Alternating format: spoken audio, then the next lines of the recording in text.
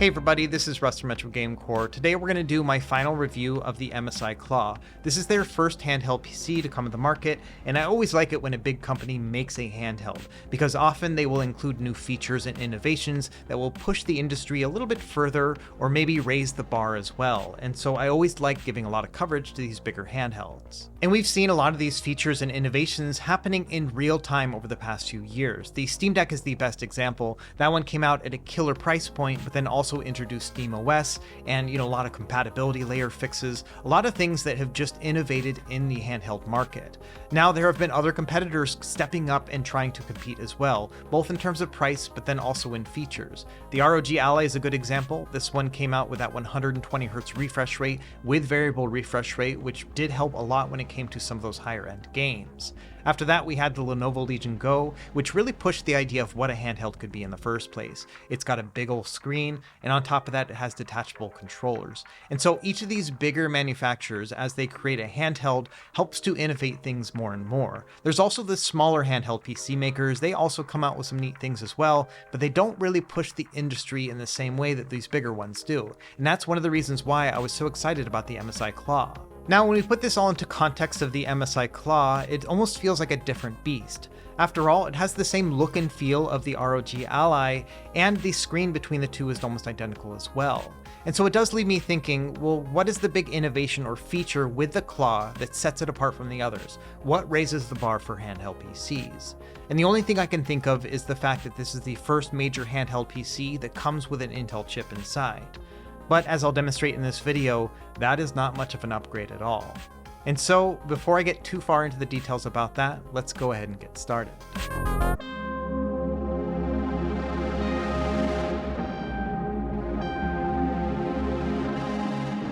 Okay, as we get started, let's talk about how we got here in the first place. This is not my first MSI Claw video. In fact, I did a first impressions video about 6 weeks ago when I first bought it, and that was mostly talking about, the buttons and ergonomics, how the device feels in your hands. And so if you want to know more about that in detail, I will leave that link down below.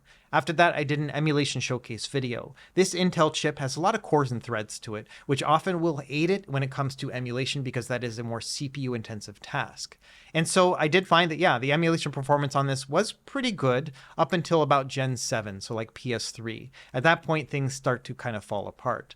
Anyway, I'll also leave that one link down below if you want to learn more about that as well. So we're not going to focus on those two things too much in this video.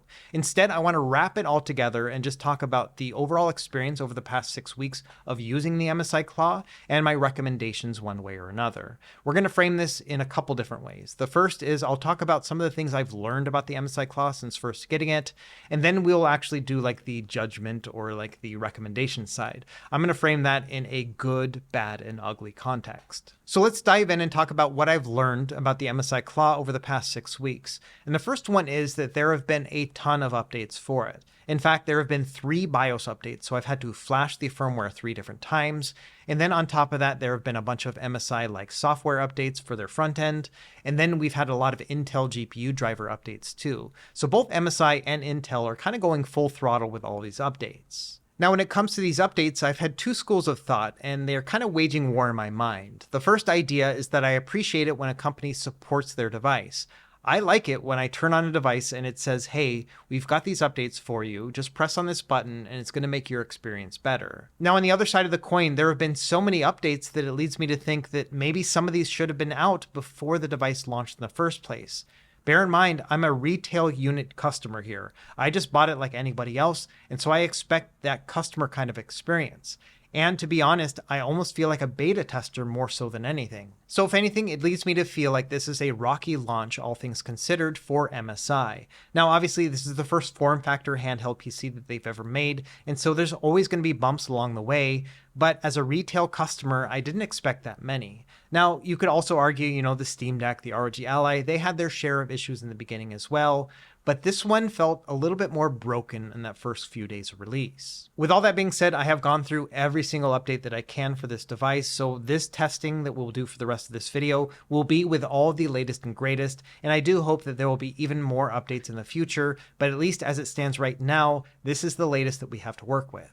Now, another thing that I learned about the MSI Claw has to do with that charging brick that comes with it. I showed this off in my impressions video. It is just massive. It almost feels like a laptop's charger as opposed to something for a handheld, which is supposed to be a little bit more portable. Now, when I made my impressions video, I tried charging it with different bricks and cables to see how it would manage the power, and I found that they wouldn't charge, which led me to think that, oh man, we're stuck with the charging brick that comes with it. They might have some sort of handshake that they're doing. Now, what I've learned since then, that wasn't really the case. It's more about the power management and charging of the device itself. Now, what I learned is if you try to charge it at 90% or higher battery, nothing's going to happen. This is a battery saving feature that they have in the device that they just don't really advertise to anybody. And so as a result, when I was trying to charge it, that's why I wasn't getting any sort of charging. It's because the battery was at around 90%. Now, if it drops down to 89%, it'll charge and it'll go all the way up to 100%. So it's a little bit wonky in its charging implementation, but that's one correction I wanted to make from my first impressions video, in that there is chargers that'll work for it. Basically anything that's like 45, 65 watts, all those work fine. It's just a matter of whether or not the percentage is at below 90%. And if it's higher than that, then yeah, it won't charge. So now let's start with the good and bad and ugly of this device. We'll start with the good stuff and then go downhill from there. Now, the first thing that I think is good about the MSI Claw is the audio quality. In fact, this is probably its best feature, and it's probably best in class as well when it comes to handheld PCs. Let me give you a quick demonstration. Not only is it loud, but it's also crisp and clear, both in the high, mids, and lows. So here we go.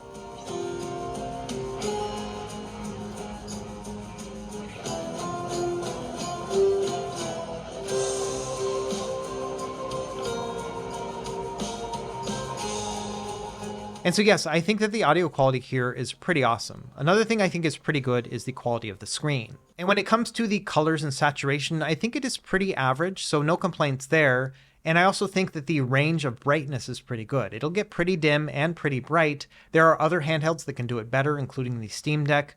But when it comes to just the overall experience, I think it is pretty good for the screen. However, one of the things I like about it is the same thing that I like about the ROG Ally, in that it goes up to 120 Hz and also has a variable refresh rate.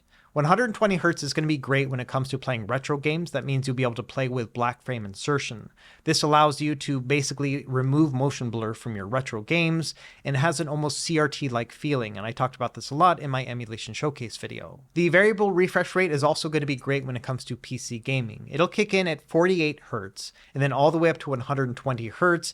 If you are getting a variable refresh rate in the content, it'll still feel relatively smooth on the screen itself. And so what I like about this is that all you really need to target is 48 frames per second or higher. And as long as you're just kind of floating around in there, it's going to feel like a good experience, much like it is on the ROG Ally. Now, anytime it goes below 48 frames per second, it's not going to be of much benefit at all. So you'll get all the stutters that you're probably going to be used to when you're playing content that has a variable refresh rate. If you look at this UFO test, you can see that anytime it dips below 48, the bottom screen that's scrolling across will start to get out of sync with the top screen, and that's what I'm talking about. And that's the same behavior that you'll find on the ROG Ally. Either way, I appreciate that we have this feature in the first place, because then all I have to do is just target 48 frames and above, and for the most part, that's a pretty good experience for me. Now, another thing I like about this device is its cooling. It has a bunch of cooling vents on the back, and this helps in two different ways. Number one, it keeps the device itself cool when you're pushing it pretty hard. For the most part, when I'm playing really kind of intensive games, it will usually stay around 80 degrees or less, and I think that's pretty great for a handheld. On top of that, the other benefit is that it stays relatively cool in the hands. There's never been a point while testing this device where it ever felt warm to me. And that's one of my favorite features of a handheld, if it has a good cooling profile and it's staying cool in the hands, and this one definitely does that. Now, another thing I like about the MSI Claw are the Hall sensor sticks and triggers. These are actually pretty solid, and so when it comes to your core modern gaming experience, when you're pressing on these sticks and the triggers at the same time, yeah, this all feels pretty good overall. Now, another thing I like about this device are its face buttons. I think that they're not the best in the world, but they are decent. They have a rubber membrane connection to them, and they're easy to press down on. So when playing a game like Hades, where I'm mashing on the buttons a bunch, it does feel very natural and good. I also like that the face buttons don't have a lot of wiggle or play to them, so they feel very solid in the case. So overall, yes, a big benefit of this device is its face buttons. Now, the last thing I have in the good column for the MSI Claw are the ergonomics, which I think are mostly good. There's a lot of space for your hands. It's got a bit of a flat feeling to it, which takes a little bit of time to get used to, but once you've been holding it for a while, it does feel pretty natural. Now, the only complaint I have has to do with the back grips at the very bottom. These just go straight up and down, which feels a little bit squished and cramped for my pinkies in particular. When I try to grip onto this device, it does feel a bit like a claw approach, no pun intended. I wish that they were just a little bit more flush at the bottom, or that they went and they flared out instead. I think that would make it a little bit more comfortable, and that's a lot like what the ROG Ally did. But that's a minor nitpick for a console that is pretty comfortable to hold overall. So now let's move into the bad stuff, and the first is what I'm calling the Intel Wild Wild West, and this has to do with all those updates that we were talking about before. Like I said, I had 3 different MSI front-end updates, 2 or 3 different BIOS updates, and then I think 4 GPU driver updates as well. And my main complaint doesn't have to do with the updates themselves, but the implementation of figuring out how to update in the first place. Now, there are a couple different ways you can go about getting updates in the first place. There are some times when MSI will notify you that there's an update, especially with its MSI front-end app, but in other ways it doesn't tell you anything really clearly. So one thing you could do is go to the MSI forums or their subreddit and then just see if there's a new update. But that requires you to actively check it, which I think is something that you as a customer shouldn't have to do. Another thing you could do is install the Intel Arc Control app. This is kind of like the AMD app, but for Intel. Now, this will manage your GPU drivers for you, and you can also make some configurations here as well. However, one thing I've noticed with the MSI Claw is it's never detected when there's a new GPU driver update available. Instead, it just always times out every time, and so I still had to manually check to see whether or not there are new GPU drivers. Now, the MSI front end, which is called MSI Center M, does have the ability to go into the settings and check what they call the live update. And this will also track your current drivers and whether or not you have the most up-to-date,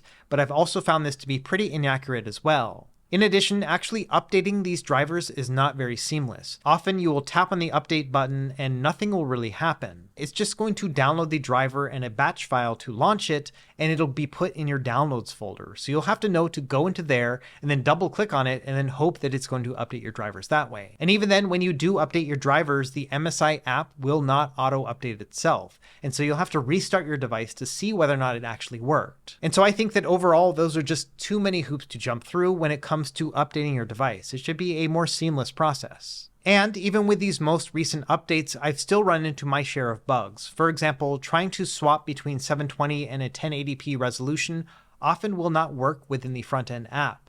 Instead, what you'll have to do is go back to the desktop, go into the display options, and then manually change it yourself. And a lot of this has to do with the game and how it's managed with the front end, but all the same, it is not a seamless experience like it would be with other handhelds. I've also found bugs with the RGB lights. Sometimes these will turn off and on for no reason, or sometimes they will flash or show a different profile compared to the one that I've actually set. And so this will often require me to go back into the settings and then turn them off manually and then turn them back on. I've also run into all sorts of issues just trying to play PC games in the first place, to the point where many games were unplayable. For example, when trying to load up Celeste, you can see that the text is all wonky, and when it actually boots into the game, it just goes into a black screen. And I assume a lot of this has to do with these rather new Intel drivers and its compatibility with various games. But it is definitely a bummer when you try to load up a game and it just doesn't work or it crashes for no reason. For example, with LEGO Star Wars, I just tried to change out the shadow quality here within the settings, and it crashed the game completely. I've also had some really wonky issues with the controls. For example, sometimes my right analog stick will just stop working, and so I have to restart the device and then it'll work again, but there's no rhyme or reason why this is happening in the first place. If I had to guess, it probably has to do with the front-end software. And so I am just kind of lumping all my software issues into one, in that I'm talking about the Intel Wild Wild West. In that, yes, I feel like a beta tester where I have all these bugs or compatibility issues for a device that I paid $750 to actually buy. But a lot of the other problems that I have with this device have nothing to do with the software, and it's more hardware related. And I talked about these in my impressions video, but they have not gotten any better since then. Number one for me is the D-pad. When I first picked up this device, I realized immediately that it doesn't really have that much pivot, and there's not a lot of feedback when it comes to the bounciness of the D-pad either. And so even though it does look like an ROG Ally D-pad, it feels nothing like it. And given the fact that many of the games I would love to play on this device are D-pad centric, it just takes away from that entire experience. In fact, over the past 6 weeks, I've been actively avoiding any game that requires me to use the D-pad other than like changing out a weapon or something like that. And I think anytime that you get to the point where you are choosing your game based on the flaws of the hardware itself, that is never a good sign. Another control aspect I don't like about this device are those bumpers. They also feel very mushy and they don't have a very good tactile feedback. Now, thankfully, there's not a lot of games that rely on a lot of bumper action, and so as a result, it hasn't affected my gameplay too much, but it's always a frequent reminder. Anytime I have to press the button, I'm like, oh man, these are not very good. Now, the last thing I have in the bad category are the power profiles. These aren't bad on their own, it's really the implementation of them. The first mode is what they call AI Engine. This essentially is going to give as much power as the AI thinks you need while you're playing a game. What I've really found is that it just gives you more and more power until it maxes it out, and so it's almost very similar to the next setting, which is Extreme Performance. This one will push everything to the max to the point where it'll actually pull a full 50 watts of power from the battery. And this one has a couple of its own features, including how to change the fan speed. You can either have it in auto mode, or you can also manually configure them yourself.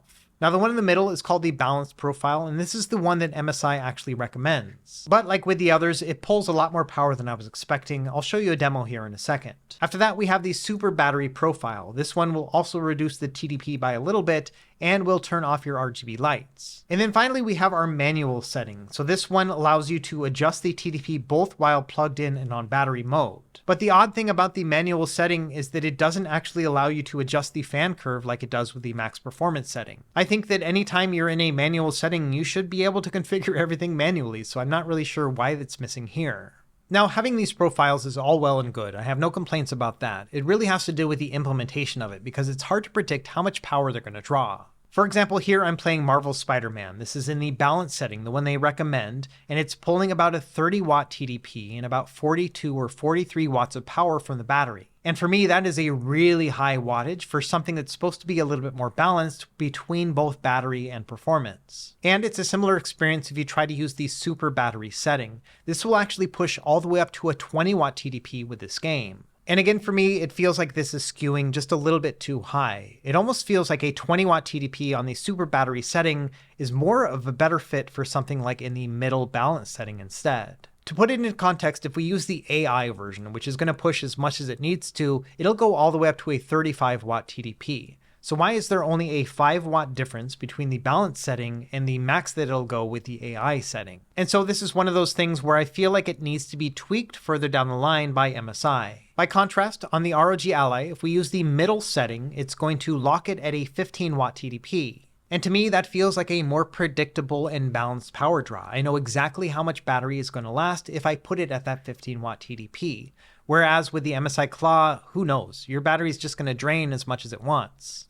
Okay, now that we've balanced the good and the bad with the MSI Claw, I want to get into the ugly category. This is what I would call like deal breakers, things that prevent me from actually wanting to use this device in the future and preventing me from recommending it for people as well. So this is going to be probably the longest part of the video because I really want to demonstrate all the things that kind of led me down this path. So we're going to start with a comparison between the Steam Deck, the ROG Ally, as well as this MSI Claw. Now, I chose these other two devices as comparisons for a specific reason.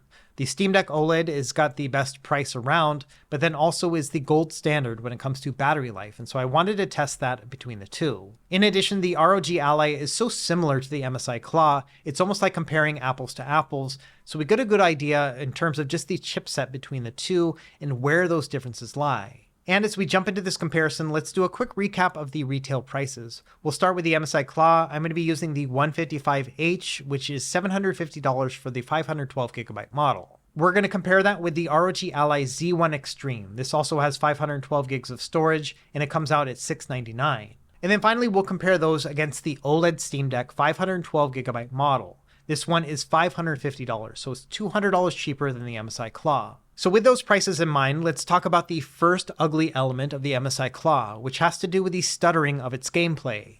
Now, I can say that over the past 6 weeks of BIOS and drivers updates, it's gotten a little bit better, but not to the point where I would say it's fixed by any means. And it's hard to explain, but as you're playing a game, it can be a lightweight or even a AAA game, you'll just get these stutters here and there. The way that I've measured it is that about once a minute, you will get a stutter that'll just dip down. And it's not like a tiny little thing. It'll sometimes drop from like 60 down to 30 frames per second, and it'll even pause sometimes as well. And it's a really jarring experience where once a minute, you'll just get this crazy stutter that'll happen for no reason. In some games, it'll be even worse. For example, with Stray, it's hard to play for 10-15 seconds before seeing a stutter. And it's not the same experience with the ROG Ally. This one will often be able to play over 48 frames per second, and so it smooths out any of that variable refresh rate, and again, it's not getting any of those stutters either. And so when it comes to a smooth gameplay experience, I would prefer to play on the ROG Ally over the MSI Claw because of those stutters. Meanwhile, with the Steam Deck, you don't get any of that stuff. It stays at a pretty stable frame rate, and then also no stutters to be found either.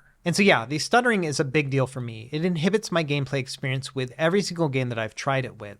In fact, it's almost like a constant reminder that the MSI Claw still needs a lot of work. Now, the next thing is also a big deal for me, and that's the balance between the battery life and the performance.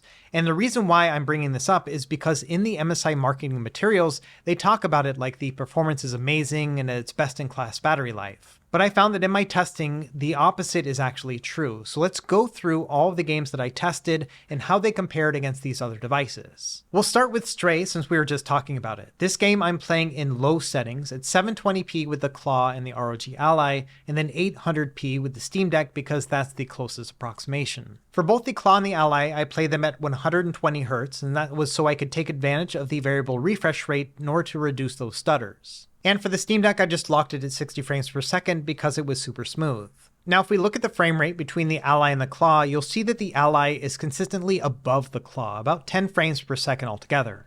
And that allows it to stay above the 48 frames per second in order to keep that variable refresh rate going, and so that's why it's a more smooth experience. Meanwhile, the Claw is just kind of all over the place and very stuttery, but then also it's drawing more power. On the bottom, you can see that I've labeled that it's running at an average of a 38 watt total package power. And if we calculate that against a 53 watt hour battery, that means we'll get 1.4 hours of battery life when playing this game. Meanwhile, the ROG Ally does not require as much power to get better performance. It will only pull about 30 watt of total package power, giving us 1.3 hours on its 40 watt hour battery. And then finally, the Steam Deck just smokes either of them. It only requires about 21 watts, and because it has a 50 watt hour battery, that'll give us a little bit under 2.5 hours. And so in direct comparison with this game, trying to keep the closest frame rate and resolution and settings, you can see here that the MSI Claw is outclassed by the other two. So this is the kind of setup that I'm going to do for the rest of this video, where I'm going to talk about these devices and compare them against one another, and so these are the stats that you're going to get used to seeing. Let's do another warm-up game. This one is called Cosmic Collapse, and this is kind of your best case scenario in the idea of playing the lightest weight game that you can play. In fact, this is a Pico 8 game that's been ported over to Steam, so it is super lightweight, and it's a lot of fun too. I would recommend checking it out. Either way, when playing this game at the super battery setting, it's not half bad. It's only pulling about an 8 watt total package power, which with that 53 watt hour battery will give us about 6.6 hours of battery life. And again, this is a best case scenario, but I think it's still a pretty decent amount of battery when playing a lightweight game on an x86 handheld. However, that can't really compare to the Steam Deck OLED, which can give me about 8.3 hours of gameplay with this game and only pulls about 6 watts of total package power. So again, while the battery life here is pretty darn good, it's not what I would consider to be best in class. Okay, let's move on to another type of game testing. This is going to be what I'm calling like max performance testing. In this scenario, I'm going to play a fairly lightweight game and then also try to push it to a full 120 frames per second.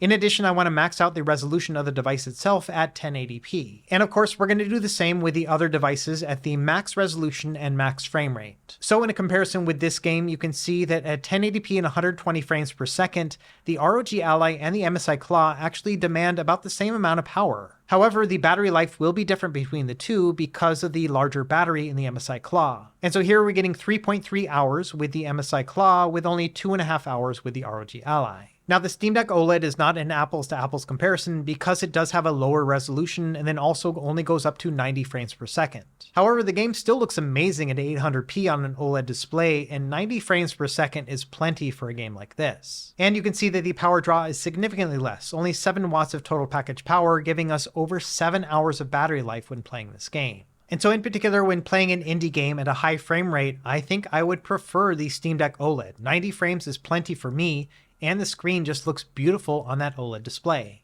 Okay, we're going to do something similar but with Hades. This one will require a little bit more power, but same thing. We're going to try to max out the resolution and the frame rate. And again here with the MSI Claw and the ROG Ally, it's a very similar experience. We're getting about 22 watts of total package power, but again, because the MSI Claw has a larger battery, it is going to get more battery life, 1.5 hours versus 1.8. And again, even though the Steam Deck cannot match it when it comes to resolution and refresh rate, it can kind of make up for it when it comes to the total package power, given the fact that it can play 3.3 hours of battery life with the same game.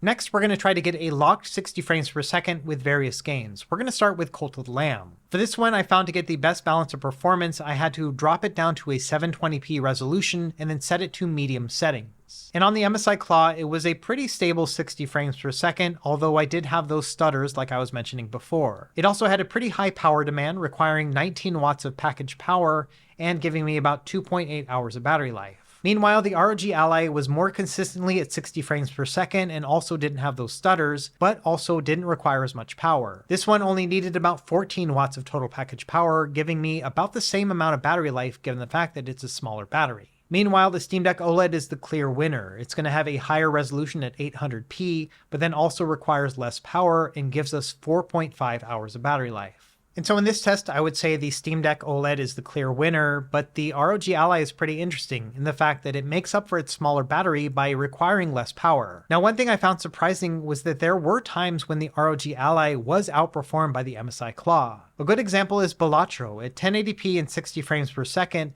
it only required a total package power of about 10 watts on the MSI Claw. That would give me about 5.3 hours of battery life. On the opposite side, with the ROG Ally, it required 17 watts of power. I'm not sure what's going on here, maybe it just needed to be more optimized, but either way, I only got about 2.4 hours of battery life. And of course, meanwhile, the Steam Deck is just crazy in that regard, 7.1 hours of battery life with the same game. Here's another example where the ROG Ally lagged behind the others. Whisker Squadron Survivors got me about 3.1 hours of battery life on the MSI Claw because it only required 17 watts of power. On the other hand, the ROG Ally only got me 2.2 hours of battery life because it required a lot more power, 24 watts altogether. And of course, as predicted, the Steam Deck wins again. Now, the odd thing to this whole scenario is the fact that if trying to choose between which device I would rather play on, I still would pick the ROG Ally over the MSI Claw almost every single time. Yes, it's got a bigger battery, and sometimes that extra battery will give you more battery life even if it is less efficient. But you also have to remember that I'm seeing all those frequent stutters, and so that really just draws me out of the gameplay experience every time. And so when considering all three factors, the battery life, the performance, as well as the stuttering, most of the time, I would just rather have the ROG Ally because of that smoother experience. And to be honest, it was hard to get an apples to apples comparison every time between these two devices just because of the performance profiles, but then just how the chip behaved. A good example would be the Final Fantasy VII Remake. If I put this just in the balanced or AI mode, it would pull a lot of power on the MSI Claw. And of course, to top it off, we're getting a lot of stutters as well. Meanwhile, with the ROG Ally, I can just keep it at the standard performance mode, which will give me about a 24 watt total package power. And that power profile is not quite enough to get to a consistent 60 frames per second. Now, I would still say it's playable. In fact, this is generally what I will play it in when I'm playing this game. But if you want something that's pulling a similar package power, you can then boost it up to the turbo setting here within the ROG Ally. This is going to give us that smooth 60 frames per second gameplay experience, but it is going to knock down that battery to about 1 hour altogether. And so this is a good demo of why it's hard to do a direct comparison between the two, because sometimes the other performance at a lower profile is still a better gameplay experience on the ROG Ally. Either way, we've got a couple more games to cover. Let's move on to Elden Ring. For this one, I played at 720p with the 16:9 devices and then 800p with the Steam Deck. And for all of these, I was looking for the most consistent experience of about 45 frames per second. And as expected with the MSI Claw, it just really struggled to have a good gameplay experience. Not only was the power draw pretty high at 37 watts, giving us only about 1.4 hours of battery life, but then also it had a lot of those game-breaking stutters. Meanwhile, I had a smoother gameplay experience on the ROG Ally, and it also required a lot less power. In fact, I got 1.6 hours of battery life even though it has a smaller battery. And it's almost unfair to keep comparing it against the Steam Deck OLED, but this was also a much better performer. Not only was the power demand lower, giving me over 2 hours of battery life, but then also I bumped up the settings to medium settings because it looked so good and it didn't really impact the power that much. And so in this case, the Steam Deck feels like a cake and eat it too kind of handheld, where I'm getting a better graphical performance, but then also better power across the board.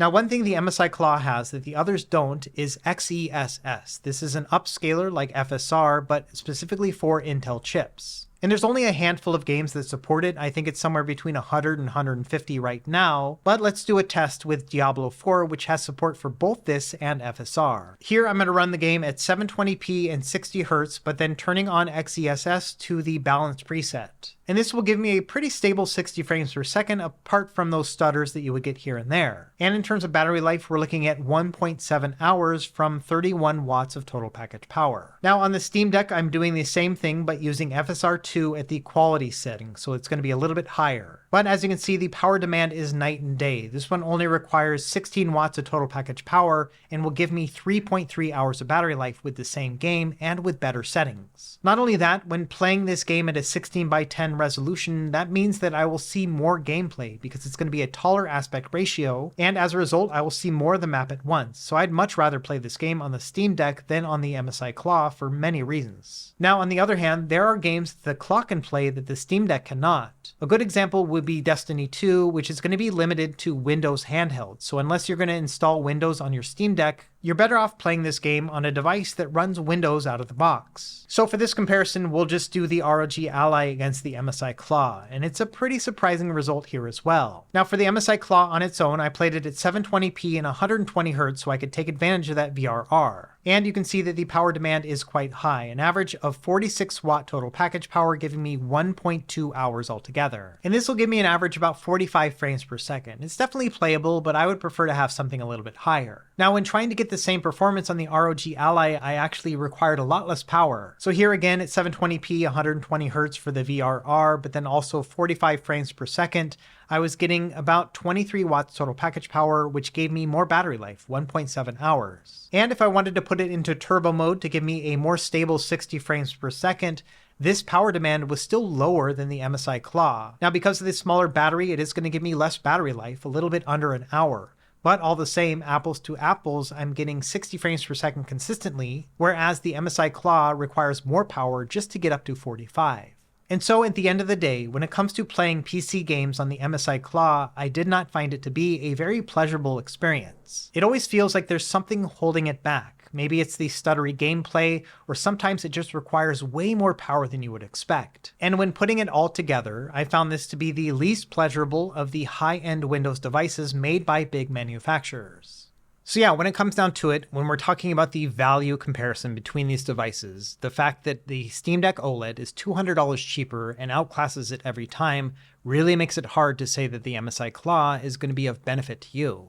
And so not only are we talking about the dollar value, where I think the MSI Claw falls short, but we're also talking about just the value of you as a customer and whether or not you're going to get the best user experience. And I think a lot of this just comes down to that Intel chip, because I think if this device ran with the latest AMD chip, it would be a lot more competitive. It's almost like the decision to go with an Intel APU had nothing to do with the user value and experience, but more about whether maybe MSI really wanted to try something different and have an Intel chip inside, or maybe there's some sort of handshake deal between MSI and Intel that pushed them to put that on their platform. Either way, we're the ones that are paying for it, and I don't think it was of a good value. So those are the things that I find to be pretty ugly about the MSI Claw and prevent me from recommending it. These are things that I would consider to be deal breakers. And so with all that out of the way, let's now kind of move into my final thoughts about this device and whether or not I think there's any world where this one makes sense. And when it comes down to it, the MSI Claw feels like a work-in-progress device. It's got some incremental software updates here and there, and that may or may not redeem the device at some point in the future, but after about 6 weeks of use, it still feels like I paid $750 to beta test a new Intel chip on handhelds. And like I mentioned, I really question why MSI went this route in the first place. It doesn't feel like it was a decision made with the user experience in mind. Now, I've seen all of those tinfoil hat theories that MSI went with Intel because they got a bunch of money or because of some business relationship, and I don't have any insight into that. But I can say that it does feel like this device exists because someone in a boardroom somewhere decided that putting an Intel chip in a handheld would be a good move when it came to MSI's relationship with Intel, even if that is to the detriment of their relationship with its own customers. Because no matter how you look at it, putting this generation of Intel chip in a handheld just seems to be bad news. And so in the end, do I recommend this handheld? And that is a pretty solid no, given its current state and price point. Now, I don't want to say this is a forever decision because there may be some software updates that come out down the line, or maybe it drops down in price where it does make it to be a good value, but at least as it stands right now, yeah, absolutely, I cannot recommend this device. There doesn't seem to be a single feature on the MSI Claw that outpaces any other handhelds in the market, and it's extremely easy to find aspects that are significantly worse. To put it more simply, I spent so long testing this device and waiting for software updates to potentially make it more redeemable that I'm no longer within my return window with this handheld. And to be honest, if I could, I would return it, and the only reason I'm keeping it is because I'm past my return window. Anyway, that's really about it for this video. I hope it was insightful. This was a ton of work. You wouldn't believe it. Every time I finished a suite of testing, there'd be a new software or firmware update, and I have to start all over from scratch. And so this probably took me 3 times as long to work on than other handheld PC reviews. So let me know what you think down in the comments below. Are there any redeemable qualities for the MSI Claw, or should we just skip it and move on to the next one? As always, thank you for watching. Be sure to like and subscribe if you found it helpful, and we will see you next time. Happy gaming.